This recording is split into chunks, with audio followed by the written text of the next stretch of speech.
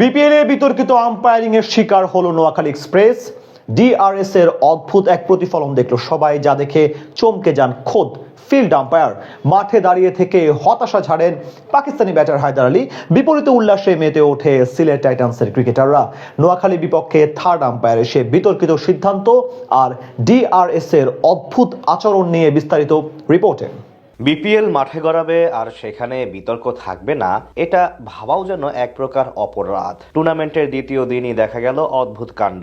এবার প্রশ্নবিদ্ধ আম্পায়ারিং এর শিকার হলেন নোয়াখালী এক্সপ্রেসের ব্যাটার হায়দার আলী, যেটা দেখে চমকে যান সবাই। অনেকেই আঙ্গুল তুলছেন থার্ড আম্পায়ারের দিকে, অনেকে আবার মনে করছেন এটি ছিল প্রযুক্তির ভুল। সব মিলিয়ে এখন যেন এক হযবরল অবস্থা।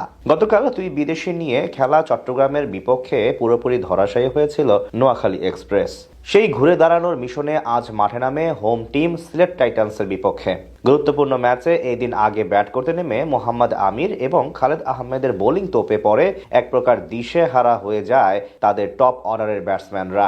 ইনিংসের প্রথম বলেই বিদায় নেন তরুণ মাঝ সাদাকাত। হাবিবুর রহমান সোহানও টিকতে পারেননি বেশিক্ষণ। দলের এমন বিপর্যয়ে হাল ধরতে আসেন পাকিস্তানি ব্যাটার হায়দার আলী, আর তার বিপক্ষেই ঘটে সেই বিতর্কিত ঘটনা, যা নিয়ে এখন হচ্ছে সব মহলে আলোচনা।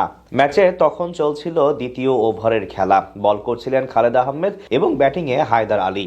সেখানে তার করা গুড লেন্থে পিচ করা ডেলিভারি কিছুটা ভেতরে এসে ডিফেন্স করতে গেলে বলের লাইন মিস করেন ব্যাটার। সাথে সাথে জোরালো আবেদন করলেও সেখানে নট আউটের ডিসিশন দেন ফিল্ড আম্পায়ার। এরপর কিছুক্ষণ ভেবে কিপারের কথায় একেবারে শেষ মুহূর্তে রিভিউ নেন সিলেটের অধিনায়ক মেহেদী হাসান মিরাজ। এরপর রিপ্লেতে খালি চোখে মনে হচ্ছিল বল লেগ স্ট্যাম্প মিস করবে অথবা আম্পায়ার্স কল থাকবে, কিন্তু অবাক করার বিষয় হলো হঠাৎ করে বল হালকা নিচু হয়ে যায় এবং ডিআরএস এ দেখায় বল 50% বেশি স্ট্যাম্পের ভেতরে, অথচ প্রথম ধাপে মনে হচ্ছিল সেটি স্ট্যাম্প মিস করবে। এটি দেখে কিছু সময় অবাক হয়ে থাকেন নোয়াখালীর ব্যাটার হায়দার আলী। এমনকি বিষয়টি নিয়ে আম্পায়ারের কাছেও প্রতিবাদ জানান। পরবর্তীতে ফিল্ড আম্পায়ার পুনরায় চেক করে একই দৃশ্য দেখার পর আনুষ্ঠানিকভাবে আউটের ঘোষণা দেন। যদিও এখন অনেকেই বলছেন এটি ডিআরএস এর ভুল ছিল, আবার অনেকে মনে করছেন এটি সঠিক ছিল। এই নিয়ে চর্চা হচ্ছে সবার মাঝে।